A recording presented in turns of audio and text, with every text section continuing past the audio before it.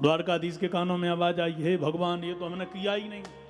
परंतु सेना लेकर के जब निरीक्षण परीक्षण किया, कलंक लग गया है। एक चौथ का चंदा जानते हो, भादों का शुक्ल पक्ष का चौथा का चंदा, एक कलंकित है। इसको जो देख लेता है झूठा, उसको इल्जाम लगता है। ये कथा सुन ले वो तो उसको इल्जाम नहीं लगेगा। फिर भगवान ने विचार किया कि हमको इल्जाम लग गया, क्या करें। सो खोजने के लिए महाराज सब जगह गए, देखा एक जगह प्रसेन भरा हुआ पड़ा था। अरे ये तो प्रसेन भरा पड़ा हुआ है, पर मणि कहां गई? सेवंतक नाम की मणि, वैसे तो हमारा दोष दूर होगा।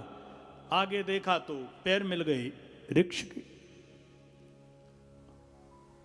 ये वृक्ष गया है, पर आगे वृक्ष भी मरा हुआ था। आगे पैर देखे शेर के, शेर मरा पड़ा हुआ है। शेर के आगे वृक्ष के पैर मिल गए। वृक्ष को देखा है गुफा में प्रवेश कर गया है। तो गुफा में अंदर प्रवेश करके भगवान गए। देवी भागवत में तो बहुत लंबी चर्चा है ये, कि भगवान ने सबसे कहा सेना वाले लोगों से कि तुम बाहर रहो, हम अंदर जा रहे हैं। 9 दिन तक वसुदेव जी ने देवी भागवत की कथा करवाई कि मेरो छोरा लौट आया। घोर युद्ध अंदर हुआ।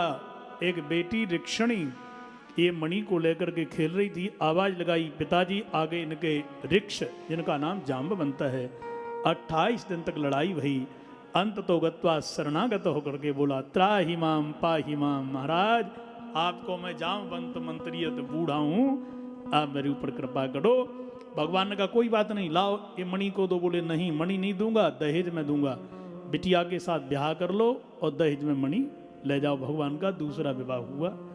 और जब भगवान ने जैसे ही ऋक्षणी को देखा ना, वो स्पर्श किया, तो वो ऋक्षणी सुंदरी मानवी बन गई। इसलिए कभी कभी कुल कुंडली के अनुसार जो आपका सुयोग है वो प्रबल हो जाता है। भगवान का ऐसा ग्रह बैठा है, पहले स्थान में चंद्रमा बैठा है, 7वें स्थान को देख रहा है। उसका अर्थ ये है कि पत्नी जो मिलेगी वो सुंदर मिलेगी। तो जो ऋक्षणी थी वो सुंदरी बन गई। मणि ला करके सत्यराजित को दे दी। नहीं, राजा बहुत लज्जित हो गया। विचार किया आगे जो हुआ सो हुआ, अपनी बिटिया का ब्याह कर देते हैं। सो द्वारकाधीश के साथ ब्याह कर दिया। अच्छा, पहले सतधनवा के लिए बात वही थी, इस सत्यराजित की बिटिया की। सो जाकर के अक्रूर जी ने उसको बहका दिया कि देखो तुम्हारा विवाह हो रहा था, परंतु देखो कितना बड़ा अपराध हो गया, और द्वारकाधीश ने ब्याह कर लिया उसकी बिटिया के साथ, तुम तो कुंवारे के कुंवारे रह गए। उसने जाकर के सतधनवा ने राजा को ही मार दिया, मणि लगे भाग गया। पर अक्रूर जी को मणि दे दी। देखो अक्रूर जी कितने परम भक्त हैं, भगवान के हैं। कल सुन रहे थे ना आप लोग, कितने भक्त हैं। अक्रूर जी बनारस पहुंच गए। काशी में बड़े बड़े यज्ञ कर रहे थे। जब भगवान को पता चला तो सतधनवा को मार दिया। मणि नहीं मिली। मणि कहाँ गई? सुना है कि काशी में बड़े बड़े यज्ञ हो रहे हैं। भगवान द्वारकाधीश गए तो चाचा जी वहीं कर रहे थे। अक्रूर जी बढ़िया बढ़िया यज्ञ, साधु चले आ रहे थे भंडारा पा करके। सुनो महाराज, कहाँ से आ रहे हो?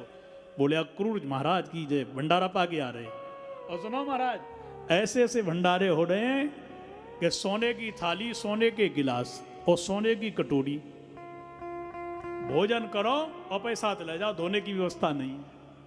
3 बार भोजन करो ऐसे ही मिले महाराज, को कमी नहीं है, क्योंकि वो मणि से सोना हो रहा था। द्वारकाधीश रास्ते में बड़े चक्कर में पड़ गए कि चाचा तो परम बैरागी है मेरो। कल देख रहे थे ना, भगवान को लेकर के गए थे। अरे चाचा पे सोना कहां से आया, इतना धनाढ़ कहां से बन गए जो? ओ न हो दाल में कछु कालो है। और जो द्वारकाधीश पहुंचे गंगा जी के किनारे, सो अक्रूर जी हक्के बक्के रह गए। चाचा ये सब कहां से? मणि लाओ। दंड दिया, आज के बाद पूजा तुम करोगे, जितना सोना हो द्वारका जी में भेजते जाना। देखो ये क्यों हुआ? क्योंकि भगवान श्री कृष्ण को अक्रूर जी ने ब्रजवासियों से अलग किया, इसलिए वो पाप लग गया।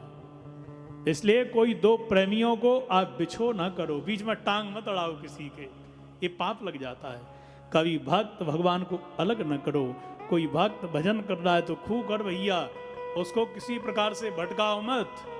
ये नहीं भजन करके क्या करेगा, चल तुझे ये देंगे वो देंगे, ब्याह कर ले, ये कर ले वो कर ले। नहीं, भजन कर, तू तेरा मन लग गया ना, भटकेगा तो नहीं ना। अब देख भाई, सोच समझ के बेटा, यदि कहीं तुम आगे चल के भटके तो न यहाँ के रहोगे न वहां के। यदि तुम्हारा मन दृढ़ है तो बाबा जी बन जाओ। भगवान के विवाह